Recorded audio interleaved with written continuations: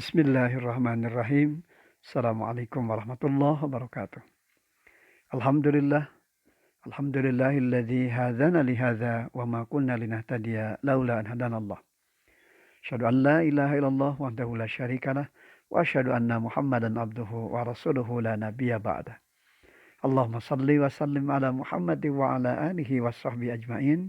Amma ba'd. Dengan rasa menjadi pijakan bagi kita sebagai seorang muslim bahwa segala perkara dalam kehidupan ini tentu berjalan dalam ketetapan dan pengaturan Allah Subhanahu wa taala. Tanpa kecuali wabah dan musibah yang saat sekarang ini terjadi dalam kehidupan kita adalah bagian dari kekuasaan Allah Subhanahu wa taala, bagian dari ketetapan di Allah Subhanahu wa taala. Dan ini tentu saja semua berjalan karena kehendak Allah. Kita bisa baca dalam surat Taghabun di ayat ke-11. Ma asaba min musibatin illa biidznillah. Tidak ada sesuatu musibah yang menimpa seorang kecuali dengan izin Allah. Wa may yu'min billah yahdi qalbah. Dan barang siapa beriman kepada Allah, niscaya Allah akan memberikan petunjuk kepada hatinya. Wallahu bikulli syai'in alim. Dan Allah Maha mengetahui akan segala sesuatu. Dengar saya, lewat ayat ini kita senantiasa diingatkan kembali oleh Allah Subhanahu wa taala. Senantiasa dibimbing, senantiasa diarahkan untuk memahami kembali bahwa esensi dari kehidupan ini senantiasa berjalan dalam ketetapan Allah Subhanahu wa taala. Tidak ada satupun perkara yang lepas dari pengawasan dan pengaturan Allah Subhanahu wa taala. Oleh karena itu bagi mereka yang beriman kepada Allah dalam makna yang sebenarnya, maka tentu Allah akan memberikan petunjuk jalan, akan memberikan jalan keluar dari berbagai bentuk wabah dan musibah dalam kehidupan. Allah Maha mengetahui akan segala perkara dalam kehidupan.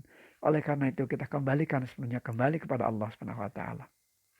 Dengan rasa pintu ikhtiar bagi manusia dalam mengatasi wabah dan musibah tentu menjadi bagian dari gambaran keimanan, bahkan bentuk tawakalnya seorang hamba kepada Allah Subhanahu wa taala. Maka tentu hal seperti ini juga jangan dianggap enteng, jangan dianggap sia-sia atau bahkan disepelekan dalam kehidupan.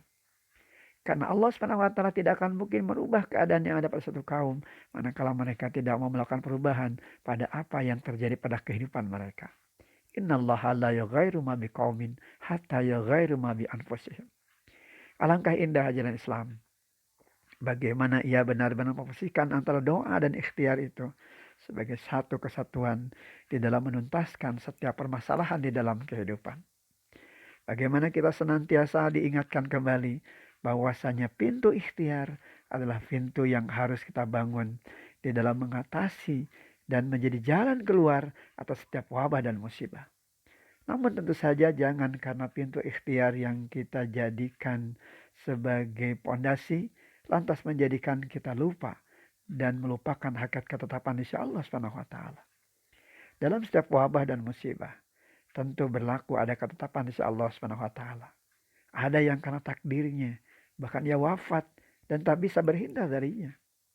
Namun ternyata ada pula yang selamat dan diselamatkannya karena rahmat Allah Subhanahu wa taala.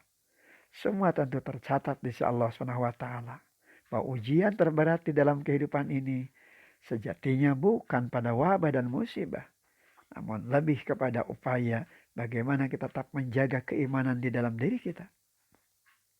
Sebab manakala keimanan itu kokoh, maka luluslah kita dalam menghadapi wabah dan musibah ini. Namun manakala keimanan kita lemah, manakala kita mudah putus asa, manakala kita mudah menyerah pada keadaan, bahkan menyalahkan Allah, maka tentu gugurlah keimanan seseorang karenanya. Dengan rasa, maka selayaknya peristiwa dari wabah dan musibah COVID-19 ini menjadikan kita makin mendekatkan diri kepada Allah, makin terbuka menerima aturan Allah sebagai jalan hidup yang sempurna dan menjadi bahan muhasabah akan segala kekeliruan, akan segala kesalahan, bahkan segala dosa-dosa yang kita lakukan. Dari kemaksiatan yang sering kita lakukan dalam kesalahan kita. Ketergantungan kita pada makhluk yang demikian dominan, yang menjadikan kita sering tak yakin akan kekuasaan Allah, zat pengatur hidup dan kehidupan kita.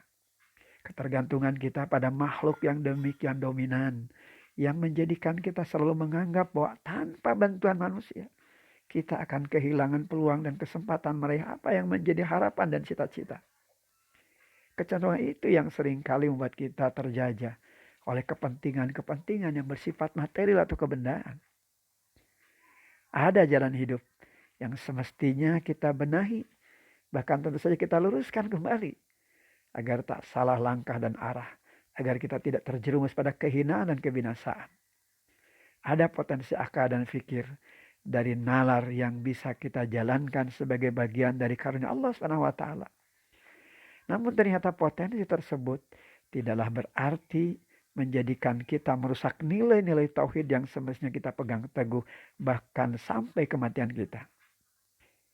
Maka jangan pernah kita mati, melainkan tatkala kematian kita justru berada di dalam ketundukan dan kepatuhan kepada aturan Allah SWT. Wala tamutunna illa wa antum muslimun.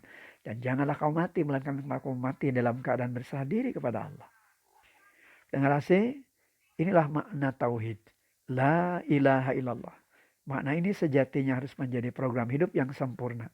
Manhajun kamilul hayat. Yang membawa kita pada kualitas hidup yang berbeda antara mereka yang beriman dengan mereka-mereka yang ingkar. Antara mereka-mereka yang diselimuti hatinya dengan ketakwaan dengan mereka-mereka yang jauh dari nilai-nilai takwa.